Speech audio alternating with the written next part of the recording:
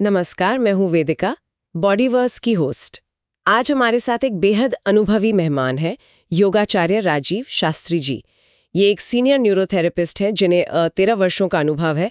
सैकड़ों मरीजों को इन्होंने न्यूरोथेरेपी से ठीक किया है और ये गवर्नमेंट सर्टिफाइड योगा ट्रेनर भी हैं। स्वागत है आपका। धन्यवाद। आज हम एक काफ़ी ज़रूरी विषय पर बात कर रहे हैं, सेरेब्रल पॉल्सी, जिसे हम सीपी भी कहते हैं। और ये समझने की कोशिश करेंगे कि न्यूरोथेरेपी इसमें कैसे एक महत्वपूर्ण भूमिका निभा सकती है। ये एक न्यूरोलॉजिकल कंडीशन है जो मूवमेंट और कोऑर्डिनेशन पर असर डालती है ना? तो चलिए शुरू करते हैं। सेरेब्रल पॉल्सी असल में है क्या? जी, सेरेब्रल पॉल्सी या सीपी ये असल में नॉन प्रोग्रेसिव मोटर डिसऑर्डर्स का एक ग्रुप है।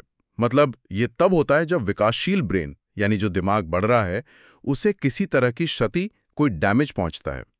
इसके कारण मूवमेंट से जुड़ी कई दिक्कतें आ सकती हैं, जैसे स्पैस्टिसिटी हो सकती है, मतलब मांसपेशियों में सख्ती, या एथिटोसिस जिसमें अनैच्छिक हरकतें होती हैं, या फिर एटैक्सिया जिसमें बैलेंस में कमी होती है।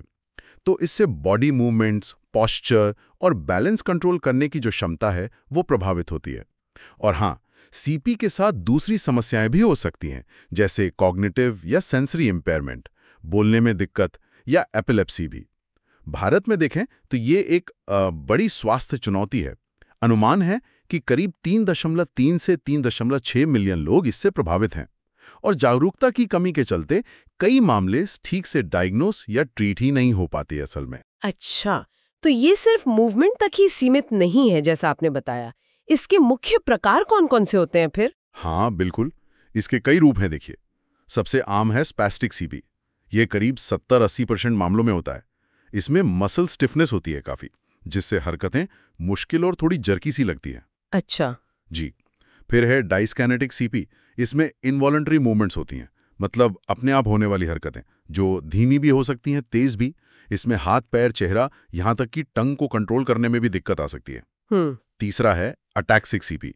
ये सीधे बैलेंस और कोऑर्डिनेशन पर असर डालता है, तो इसमें चाल अस्थिर हो सकती है और फाइन मोटर स्किल्स जैसे कुछ पकड़ना या लिखना, उसमें परेशानी दिखती है। और चौथा है मिक्स्ड सीपी, जिसमें, जैसा नाम से ही पता चल रहा है, इन प्रकारों का कोई कॉम्बिनेशन होता है। समझ गई। और लक्षण क्या होते हैं आमतौर पर?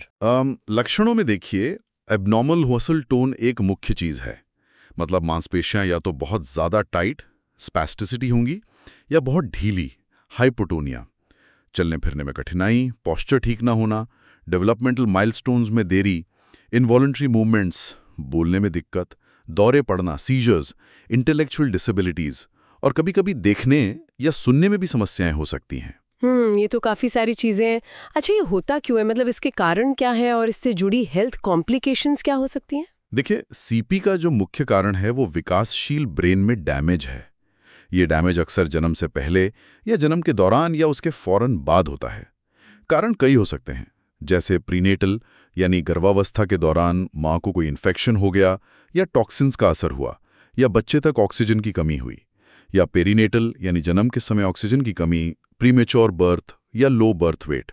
और पोस्टनेटल भी हो सकता है, मतलब जन्म के बाद सिर में कोई चोट लग गई या कोई संक्रमण हो गया। अच्छा। कुछ रिस्क फैक्टर्स भी हैं, जैसे मल्टीपल बर्थ्स, मां को हेल्थ इश्यूज होना, जैसे थायराइड प्रॉब्लम्स या हाई ब्लड प्रेशर, और कभी-कभी जेनेटिक्स भी भूमिका निभाते हैं। पर कई बार सच कहूं तो कारण पता भी नहीं चलता। और कॉम्प्लिकेशंस, इनसे क्या परेशानियां बढ़ सकती हैं? कॉम्प्लिकेशंस, हाँ, वो काफ़ी गंभीर हो सकती हैं। मोबिलिटी में दिक्कतें तो आम हैं ही, जिसके लिए कई बार व्हीलचेयर्स या ब्रेसेस की ज़रूरत पड़ सकती है। मस्कुलोस्केलेटल समस्याएं भी हो सकती हैं, जैसे जॉइंट कंट्रैक्चर्स, मतलब जोड़ों का अकड़ जाना, या स्कोलियोसिस, रीढ़ की हड्डी का टेढ़ापन। सांस लेने या निगलने में दिक्कत, कम्युनिकेशन में परेशानी, इंटेलेक्चुअल डिसेबिलिटी और एपिलेप्सी यानी मिर्गी, ये भी हो सकती हैं। इनके अलावा इमोशनल और बिहेवियरल समस्याएं भी देखने को मिलती हैं, जैसे एंग्जाइटी, डिप्रेशन या ADHD। इतनी सारी चुनौतियां हैं, ऐसे में न्यूरोथेरेपी कैसे मदद कर सकती है? क्या ये पारंपरिक इलाज के साथ एक अच्छा ऑल्टरनेटिव मेडिसिन विकल्प है? और क्या ये हेल्थ केयर के खर्च को कम करने में भी सहायक हो सकती है? बिल्कुल, न्यूरोथेरेपी एक बहुत ही प्रभावी वैकल्पिक चिकित्सा पद्धति के रूप में सामने आ रही है। और हाँ, ये निश्चित रूप से हेल्थ केयर पर होने वाले खर्च को कम करने में मददगार साबित हो सकती है। इसके काम करने के दो मुख्य तरीके हैं। पहला, ये सर्कुलेटरी सिस्टम को बेहतर बनाती हैं, जिससे ब्रेन तक ऑक्सीजन का स्तर सुधरता है। देखिए, हमारे ब्रेन को बॉडी की लगभग 20% ऑक्सीजन चाहिए होती है। न्यूरॉन्स, जो ब्रेन सेल्स हैं, उन्हें एटीपी यानी एनर्जी बनाने के लिए लगातार ऑक्सीजन चाहिए। अगर ऑक्सीजन की कमी होती है तो मोटर और कॉग्निटिव फंक्शंस दोनों पर असर पड़ता है। तो न्यूरोथेरेपी ऑक्सीजन सप्लाई बनाए रखने में मदद करती है, जिससे ब्रेन का मेटाबॉलिज्म, जिसे ऑक्सीडेटिव मेटाबॉलिज्म कहते हैं, और फंक्शन बेहतर होता है। Wow, that's crucial. मतलब दिमाग को सही एनर्जी मिलना बहुत जरूरी है। और दूसरा तरीका क्या है? हाँ, बिल्कुल। दूसरा तरीका है न्यूरोमस्कुलर कोऑर्डिनेशन को बढ़ाना। न्यूरोथेरेपी शरीर की कुछ मास्टर ग्लैंड्स जैसे हाइपोथैलेमस, पिट्यूटरी और पाइनियल ग्लैंड, इनको स्टिमुलेट करती है, इनको जगाती है। अच्छा, ये मास्टर ग्लैंड्स। जी हाँ। आसान शब्दों में कहें तो ये ग्लैंड्स हमारे शरीर के हार्मोनल संतुलन और कई जरूरी कामों को कंट्रोल करती हैं। जैसे हाइपोथैलेमस और पिट्यूटरी ग्लैंड मिलकर ग्रोथ हार्मोन को नियंत्रित करते हैं। ये हार्मोन मसल ग्रोथ के लिए बहुत जरूरी है। अगर इसकी कमी हो तो हाइपोटोनिया यानी कमजोर मसल टोन हो सकता है। पाइनियल ग्लैंड मेलाटोनिन बनाती है, जो स्लीप वेक साइकिल्स के साथ साथ मसल टोन पर भी असर डालती है। तो न्यूरोथेरेपी इन ग्लैंड्स को सही ढंग से काम करने के लिए उत्तेजित करती है। इससे होता यह है कि हार्मोन बैलेंस सुधरता है और नर्व्स और मसल्स के बीच का जो तालमेल है, न्यूरोमस्कुलर फंक्शन, वो बेहतर होता है। अमेजिंग। तो मतलब न्यूरोथेरेपी एक तरह से इन अंदरूनी कंट्रोल सेंटर्स को ठीक करके हार्मोनल संतुलन और मांसपेशियों के काम को बेहतर बनाने में मदद करती है, जो सीपी के लक्षणों को संभालने में काफी सहायक हो सकता है। जी हाँ, बिल्कुल सही। इन ग्लैंड्स को स्टिमुलेट करके हार्मोन संतुलन और न्यूरोमस्कुलर फंक्शंस को बेहतर बनाना, ये सीपी के प्रबंधन में एक बहुत महत्वपूर्ण कदम हो सकता है। बॉडीवर्स में शामिल होने के लिए बहुत बहुत धन्यवाद। ये जानकारी वाकई बहुत महत्वपूर्ण थी। हमारे सीनियर न्यूरोथेरेपिस्ट से अपॉइंटमेंट के लिए कृपया हमारे हेल्पलाइन नंबर पर संपर्क करें या हमें व्हाट्सएप संदेश भेजें। हमारा हेल्पलाइन नंबर है 8100340081।